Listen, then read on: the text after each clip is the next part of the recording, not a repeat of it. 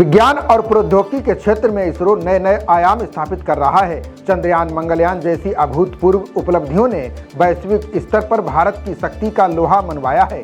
इसी क्रम में एक और अध्याय जोड़ते हुए इसरो ने अंतरिक्ष की ऊंचाइयों के बाद समंदर की गहराइयों में भी बड़ी उपलब्धि हासिल की है। भारतीय अंतरिक्ष अनुसंधान संगठन इसरो ने पनडुब्बी जैसी गाड़ी मत्स्य 6000 का निर्माण किया है।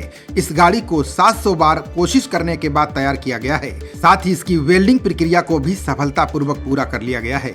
इसके निर्माण से समुद्र में 6000 मीटर की गहराई तक मनुष्यों को ले जाना आसान हो जाएगा। इस गाड़ी का निर्माण डीप ओशन मिशन के अंतर्गत किया गया है, जिसका उद्देश्य गहरे समुद्र में अन्वेषण में भारत की क्षमताओं को मजबूत करना है।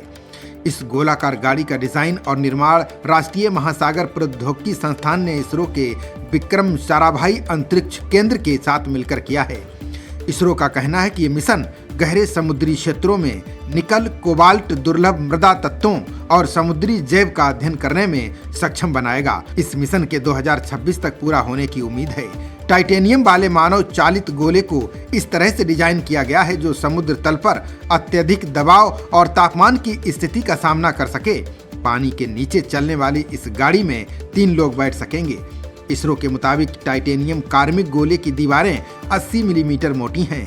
यह एक हाई स्ट्रेंथ अलॉय मेटल से बनी है। यह गोला 600 बार तक के दबाव और -3 डिग्री सेंटीग्रेड तक के न्यूनतम तापमान को सहन करने के लिए बनाया गया है। इस गोले को तैयार करने में इसरो को कई चुनौतियों का सामना करना पड़ा। टाइटेनियम को अपनी मजबूती के लिए जाना जाता है, लेकिन इसे वेल्ड करना बेहद कठिन था।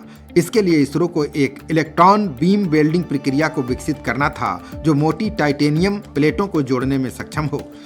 मिशन को पूरा करने के लिए इसरो ने liquid propulsion systems centre Bengaluru में अपनी पुरानी वेल्डिंग मशीन को अपग्रेड किया। पहले उनकी मशीन 15 किलोवाट की थी जो सिर्फ 20 मिलीमीटर मोटी प्लेटों की वेल्डिंग कर सकती थी, लेकिन मत्स्य 6000 के लिए 80 से 102 मिलीमीटर मोटी प्लेटों की आवश्यकता थी। इसलिए मशीन की ताकत बढ़ाकर 40 किलोवाट की गई। इसके अलावा उन्होंने पूरे वेल्डिंग सिस्टम को बड़ा और बेहतर बनाया। केमिकल सफाई और भारी हिस्सों को उठाने वाले सिस्टम्स को भी बदला गया, जिसके बाद टाइटेनियम गोले का निर्माण संभव हो पाया। खबरों का सिलसिला जारी रहेगा। देखते रहिए जनप्रवाद। नमस्कार।